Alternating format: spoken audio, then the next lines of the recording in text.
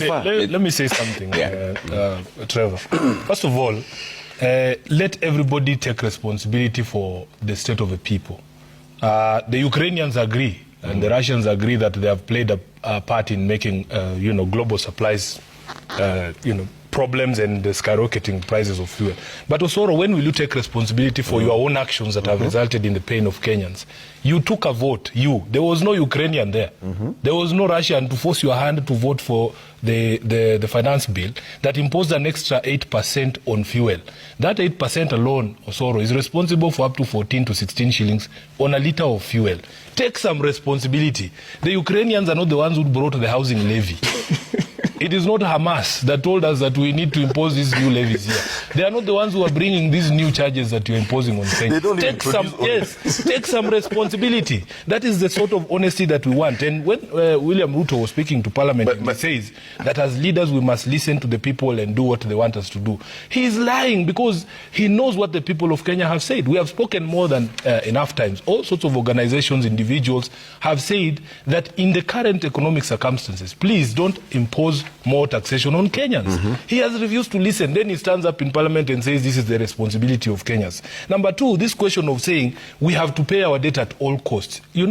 We are so keen on satisfying these international creditors. It is what they call. If there is an example of bleeding a leech to fatten a heifer, this is what these people are doing. At what cost, Osoro? Must Kenyans fall down and die for us to meet these obligations so that you people are happy? And when you talk about this question of subsidized fertilizer, yesterday I was forced to substantiate a claim that I made on the floor of the House that in fact you cannot subsidize something that you received for free.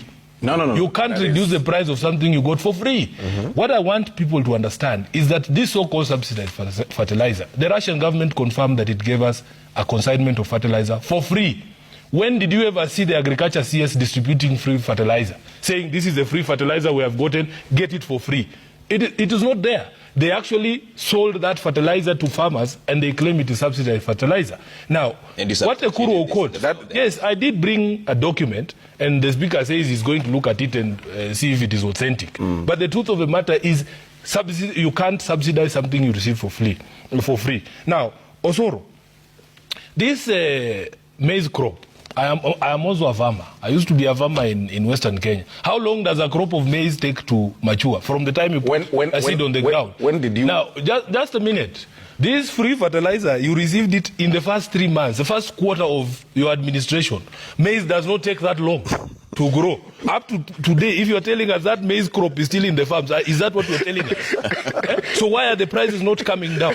Why are the prices not coming down? And the rains have come more than, I can count more than 3 harvests. I think we need to be very honest. Let me finish. Because, Osoro, you must understand that you people do not have any idea about what you're doing. And the sooner you accept to be helped, the better for the nation. Because the nation, I am telling you, the problem with you is that because of that cocoon, that yellow cocoon that you are in, you think there is no talent in this country. There is talent in this country, but you have chosen to have mediocre, incompetent people in places of power that they can't do anything about it.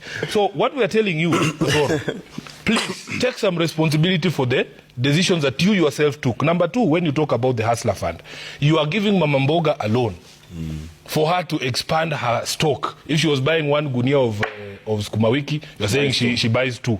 But who is she selling to?